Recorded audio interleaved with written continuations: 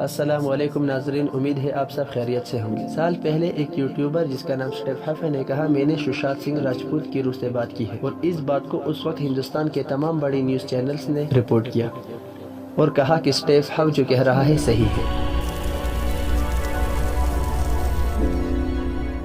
چند لوگ بھوت پریت وغیرہ پر یقین رکھتے ہیں تو چند نہیں رکھتے، اور جو لوگ یقین نہیں رکھتے انہیں بھی کسی عمارت یا بنگلے کے متعلق بتا دیا جائے کہ وہ عصب زدہ ہے تو وہ بھی وہاں جانے کی ہمت نہیں کرتے۔ بھوت پریت دراصل انسان کا وہم ہوتا ہے۔ جو لوگ بھوت پریت وغیرہ پر یقین رکھتے ہیں یہ صرف ان لوگوں کی پروپیگنڈے کی وجہ سے ہیں جن کا روزگار ان سے وابستہ ہے۔ بھوت پکڑنے کے دعوے دار ان کا مفاد اسی سے وابستہ ہوتا ہے کہ زیادہ سے زیادہ لوگ ان چیزوں پر یقین رکھیں تاکہ ان کا روزگار چلتا رہے۔ اگر ایسا ہے تو پھر لوگ جب عصب زدہ عمارت میں جاتے ہیں تو انہیں عجیب و غریب آوازیں کیوں سنائی دیتی ہیں؟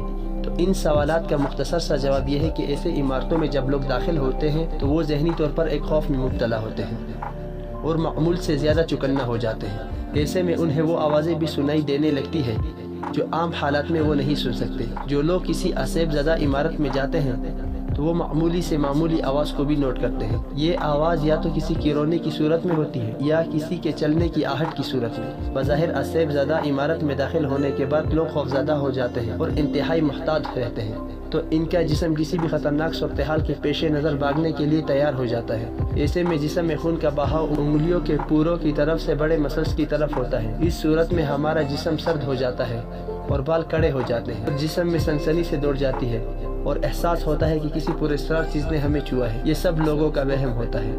لوگ ایسے جگہوں پر جانے سے پہلے ہی ذہنی طور پر ایسی پراسرار واقعات کے لیے تیار ہوتے ہیں، چنانچہ انہیں وہ باتیں بھی پراسرار لگتی ہیں جنہیں وہ عام حالات میں نظر انداز کر دیتے ہیں۔ اسٹیف ہف نے ایک سال پہلے اپنے یوٹیوب چینل پر ایک ویڈیو اپلوڈ کی جس میں دکھایا گیا کہ اسٹیف ہف جو کہتے ہیں ششانت سنگھ راجپوت ان کی باتوں کا جواب دیتے ہیں۔ اسٹیف ہف نے بتایا کہ وہ ششانت سنگھ راجپوت کی روح سے بات کر سکتے ہیں، اور اس خبر کو انڈیا کے تمام بڑی نیوز چینل نے نشر کیا۔ تو کچھ ہی دنوں بعد ایک انسٹاگرام یوزر اسٹیف ہف کو ایکسپوز کرتے ہوئے کہا کہ اس بندے نے ششانت سنگھ راجپوت کے پرانے انٹرویو سے کچھ کلپس کو نکالا۔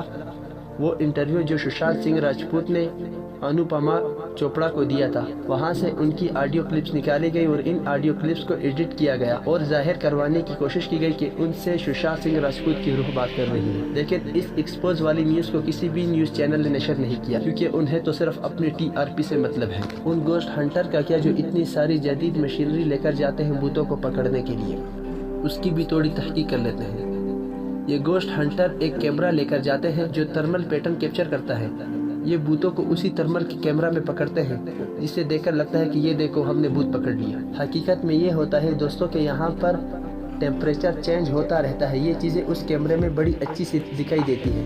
اور یہ گوسٹ ہنٹر ایک اور چیز بھی اپنے ساتھ لے کر جاتا ہے جسے EMF میٹر کہا جاتا ہے۔ اگر آپ کے پاس سیل فون ہے یا کسی بھی طریقے کا الیکٹرانک ڈیوائس ہے جس سے الیکٹرومیٹک ویو نکلتی ہے تو اس میٹر پر ریڈنگ دکھنے لگ جاتی ہے۔ اگر کوئی بلی بھی بلڈنگ پر سے گزرے تو یہ لوگ موشن سینسر آن کر کے کہتے ہیں کہ یہ دیکھو ہم نے بھوت پکڑ لیا۔ اور ان ساری ٹیکنیکل چیزوں کا استعمال کر کے جو بکواس ٹی وی پر سنائی جاتی ہے اسے ٹی وی پر ایسے پریزنٹ کیا جاتا ہے جس سے سچی میں بھوت دکھ گیا ہو، کیونکہ ٹی وی میں بھوت دکھانے سے ان کو TRP ملتی ہے اور یہ کوئی غلط بھی نہیں، لیکن ان کو صرف انٹرٹینمنٹ کی حد تک ہی رکھا جائے نہ کہ حقیقت۔